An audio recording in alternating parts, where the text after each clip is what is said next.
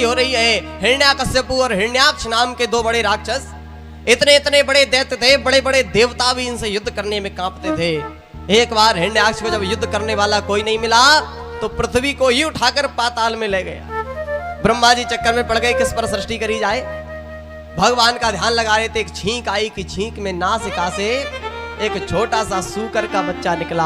देखते ही देखते विशाल काय हो गया। वहीं पर भगवान ने बारह का अवतार लिया है। बोल बारह भगवान की जय। सूकर बने हैं भगवान। इधर हिरण्याकश्यपु ढूंढ रहा था कोई हमसे युद्ध करने वाला मिले, तो और तो कोई मिला नहीं। वीणा पर नारायण नारायण करते नारद जी महाराज मिल गए। नारद जी को पकड़ लिया। हाँ महाराज, ये नारायण नारायण करना आता है या लड़ना भिड़ना भी आता है? अब तो नारद जी चक्कर में पड़ गए, हाथ जोड़कर कहने लगे भैया लड़ना भिड़ना तो नहीं आता, लेकिन लड़ाना भिड़ाना खूब आता है। अच्छा फिर तो बताओ जरा हमारे लायक कोई। तो बारह भगवान जो पाताल में पृथ्वी को ले गया था हिरण्याक्ष, उसी पृथ्वी को भगवान लेकर आ रहे थे। तो नारद जी ने बता दिया एक बारह का बच्चा, सूकर का बच्चा पृथ्वी को लेकर आ रहा है, उससे जाकर लड़ लेना, कभी भुजाओं में खुजली ही नहीं मचेगी। अब तो हिरण्याक्ष को और क्रोध आया कि मैं पृथ्वी को पाताल में लेकर गया और वो लेकर आ रहा है। क्रोध में गया हिरण्याक्ष, रास्ते में भगवान से भेंट हो गई और देखते ही देखते इसने भगवान को हजारों गालियां सुना डाली। भगवान खड़े खड़े चुपचाप सुन रहे हैं। बाद में हंसते हुए कहने लगे अरे हिरण्याक्ष तुम कुछ भी बोलते रहो, पर तुम जैसे ग्राम सिंहों का बोलने पर हमारे ऊपर तनिक भी असर नहीं होता। ग्राम सिंह कह दिया। ये संस्कृत की गाली है भैया।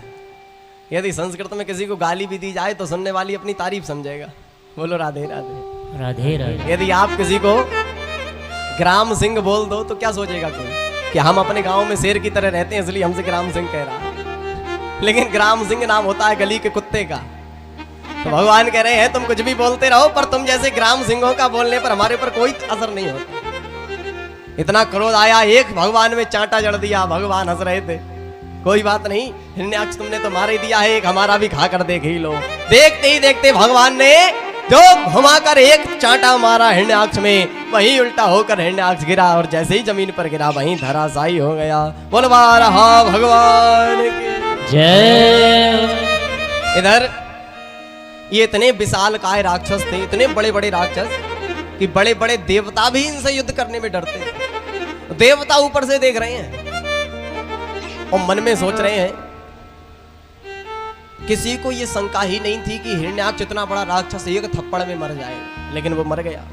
अच्छा होता क्या है, जब भगवान किसी दैत्य को मार देते हैं तो देवता फिर स्तुति करते हैं भगवान की। अब भगवान खड़े हैं कि कब देवता स्तुति करने आए। उधर देवता चक्कर में पड़े हुए हैं कि मर गया या जिंदा है। बड़े ध्यान से हिरण्याक्ष को देख रहे हैं कि मालूम पड़ा हम तो स्तुति करने चले गए और ये जिंदा निकल पड़ा, तब तो लेने के देने पड़ जाएंगे।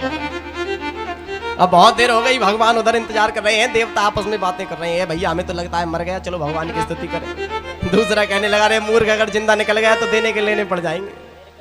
अब तो डरते हुए बेचारे हाथ में पुष्प लेकर देवता आए, भगवान पर दो चार फूल छोड़े और स्तुति करने लगे। और देवता स्तुति कैसे कर रहे हैं? स्तुति कर रहे हैं भगवान की और देख रहे हैं हिरण्याक्ष की तरफ कि कहीं जिंदा तो नहीं है। ये भी डर लग रहा है मन में। और स्तुति भी ऐसी कर रहे हैं कि यदि हिरण्याक्ष जिंदा भी हो तो उसको बुरा ना लगे। बोलो राधे राधे। राधे राधे। देवता कह रहे हैं वाह प्रभु धन्य है आप। अरे धन्य है ये हिरण्याक्ष, न जाने इसके कितने जन्मों के भाग्योदय हुए होंगे। अरे ये कितना भाग्यशाली है, इसका उद्धार आपके हाथों से हुआ है। महाराज सचमुच न जाने कितने जन्मों के इसने भाग्योदय हुए होंगे, न जाने इसने कितने पुण्य किए होंगे। ऐसी ही जब बातें सुनी तो भगवान चक्कर में पड़ गई, ये मेरी स्तुति कर रहे हैं या इसकी स्तुति कर रहे हैं। भगवान समझ गए अभी देवताओं के मन में थोड़ा सा भ्रम है, उसको दूर किए देते हैं। तो भगवान ने लात मारी और हिरण्याक्ष उल्टा पड़ा था तो सीधा कर दिया। सीधा हुआ तो आंखें हिरण्याक्ष की बाहर है, मुंह से रुधिर बह रहा है। अब तो देवताओं को विश्वास हो गया कि भैया सचमुच ही मर गया। तब पूर्ण रूप से देवताओं ने भगवान की स्तुति करी है। बोल वृंदावन बिहारी लाल की जय। कृष्ण कन्हैया लाल की जय।